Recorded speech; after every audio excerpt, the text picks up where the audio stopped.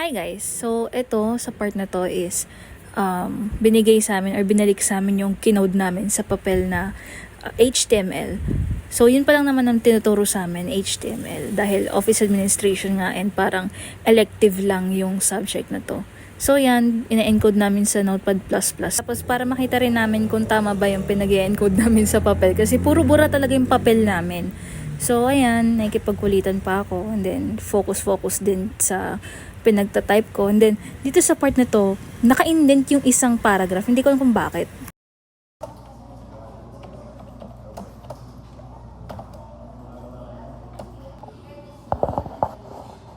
Ay, ito na. Hey! Paprint mo doon malapit sa inyo. Carmela pa print. Chichat ako. Kamusta class? Papaturok pa ako antivirus ang puta. Computer. Ano to? Anti-rabies.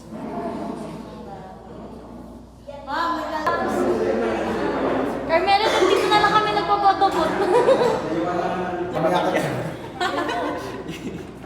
Iwan pre. Iwan pati pamilya. Elevator. Ano yung pre? Fiber and water guard. Print ba yan pre? Print? Kasi yun naka-laptop, sila naka-pixel. Eba, ano yan? Ano yan? Eba! Silihan Eba po! Kilala ko ng fiber and water guard. Yung second subject namin na project management pala, wala. So, ayun, uwi na kami.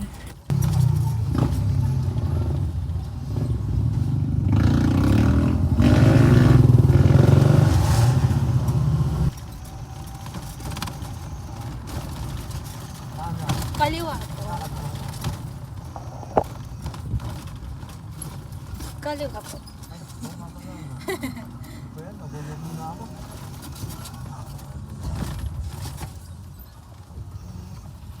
Dito na lang po sa mga nakaparada.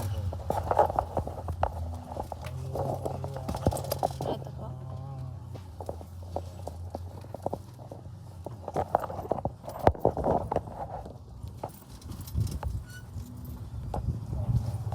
Thank you po.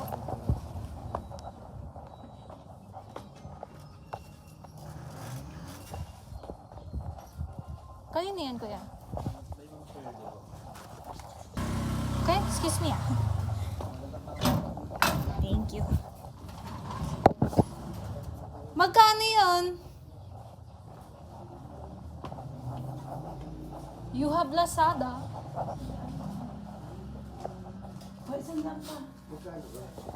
I have 50.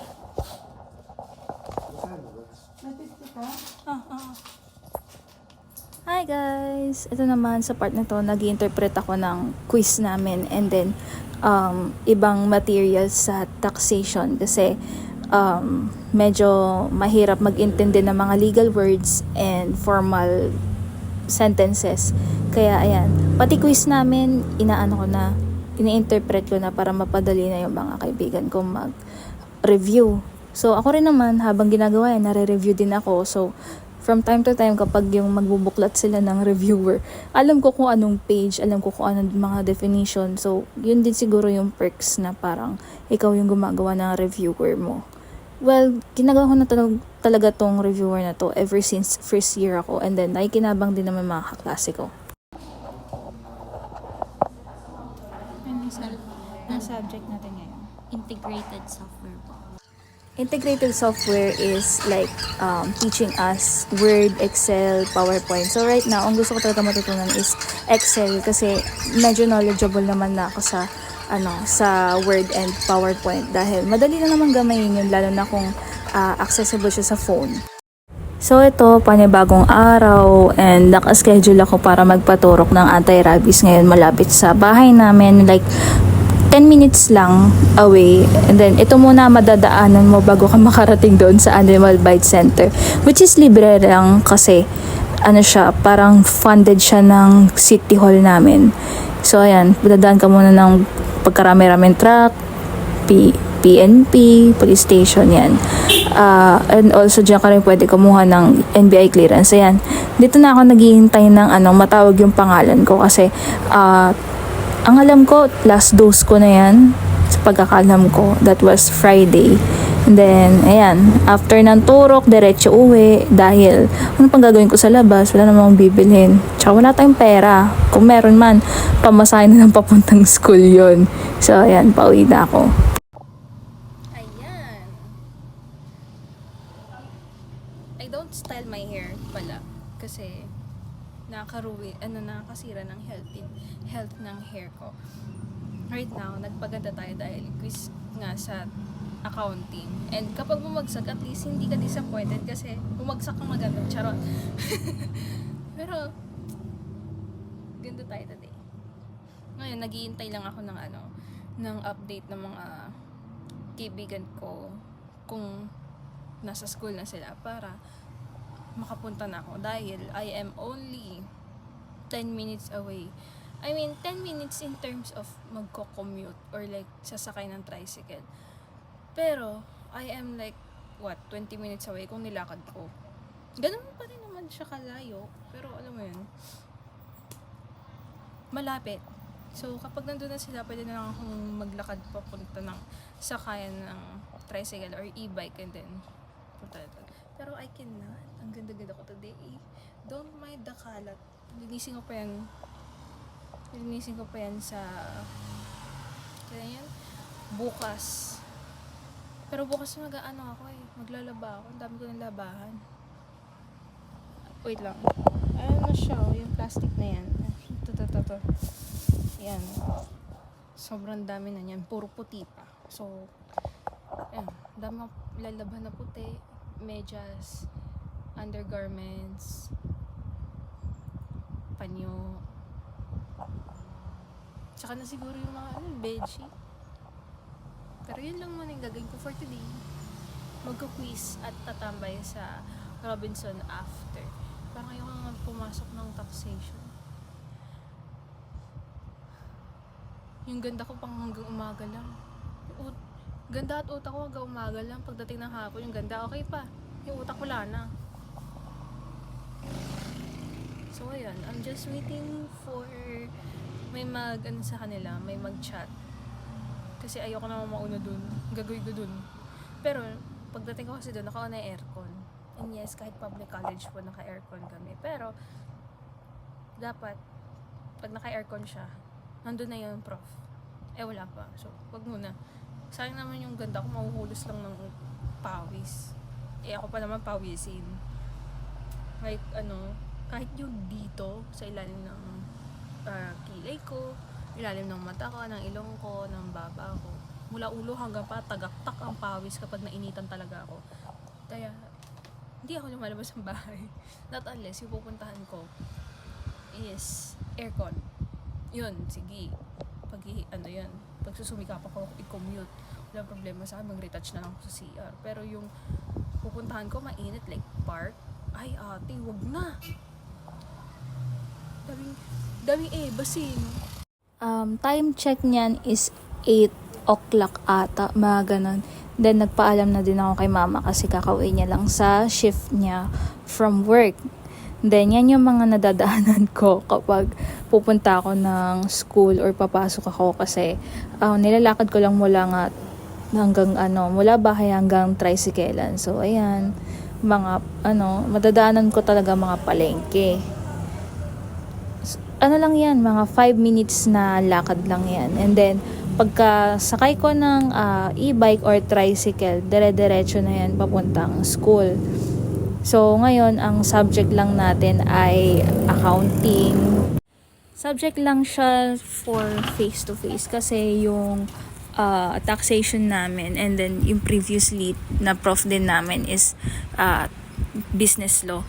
All throughout, online siya. Good morning po.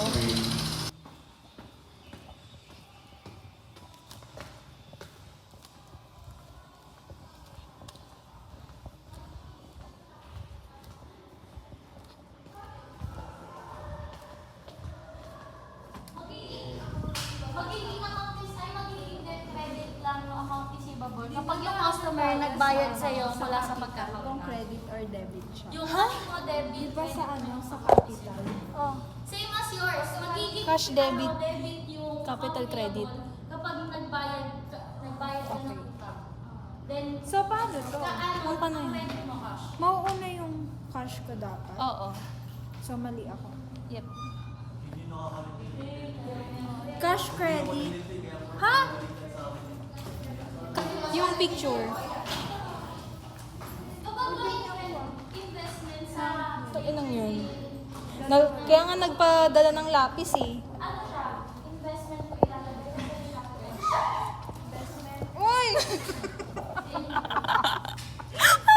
Diretso jogging. Uy, gago ka to. Ito na ito.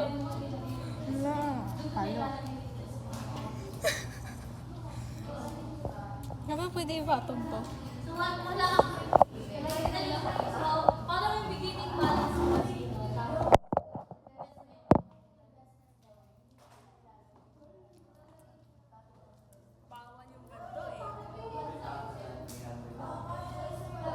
Ito dito, hindi pa ako nakakaupo pero puro tanong na sila para sa quiz mamaya.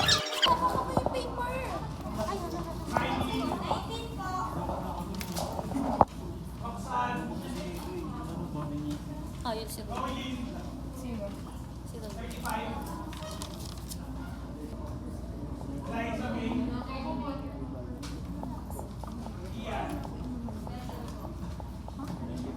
More. 19 po. Robinson tayo. Guys, masaya ba tayo sa score?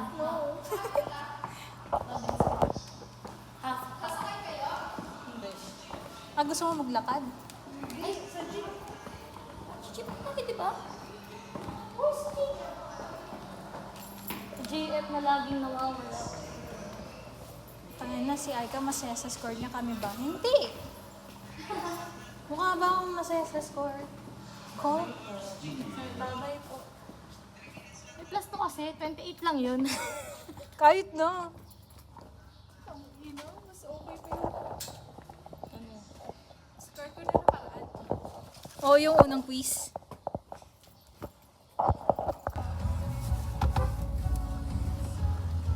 Sir, para kami nag-MMW kanina. Anong MMW? Mathematics Modern world. Ganun yung mga tanong sa Matin Modern World, sir. Yung may XX. Libre. Sit. Mag-seatbelt ka, B. Sorry, sir, kabababa lang namin, ha. Dito guys, rare occurrence lang to, pero sinabay kami ng prof namin papunta sa Emma Town Center kasi doon kami pupunta para magpalamig dahil sobrang init sa Philippines. Diyos ko. So yan, hinatid kami using his car. And okay naman kami. Enjoy na enjoy, no? Sayang-saya mga bata. Ganito pala itsura natin no, kapag ano. Kung Nag-outing. Oo. Hindi, mag-nature trip tayo. Or sa garay. Ah, sir, bak Sorry. Sarong. Sir, parang may halo na sama ng loob to, sir. Ang dami ba nakakuha ng baba? Oo. Hindi, nga 11 eh. Ah? Oo. Ako nag-check nun. Sabi, kaya nga nung binibigay ko, sabi ko, sister, 11 ka lang. Wow. Siya nga Hindi ko tayo talaga alam na may baba eh. alam ko lang na ano, year, fiscal year. Hey, alam na sagot ko. Yun nga muna lumabas sa isip ko. Kawawa naman ang kala. Okay lang. Parang bago yung una ni sir. Yellow na yellow. Nakikita ko na ano, pagpunta natin ng DRT na sa Garay, Tanay. Maganda ba dito? Ano, Makati lang. Yung... Bakit? O bakit? Kasi di sila nagpapalit tubig. Ay! Uy. Oh, si Spider-Man! Mataba na. Ganito pala yung experience kapag ano. Madalas kasi kay Sir Alex Oo, lang. nakaban. Para pa tayo nasa jeep. Hindi, ano yun? Ano yun? Parang family outing ng 3B. Nepo babies. Uy. Uy. Saan ba? Baba dyan na? lang. Yung handbrake ni sir. Dito na. Sir Santos. Ang tagal ni Aika bumaba. Apa. Kumusta experience? Sa libreng sakay. Libreng sakay bago pa yung Hindi, lahat bago. Pati sasakyan bago.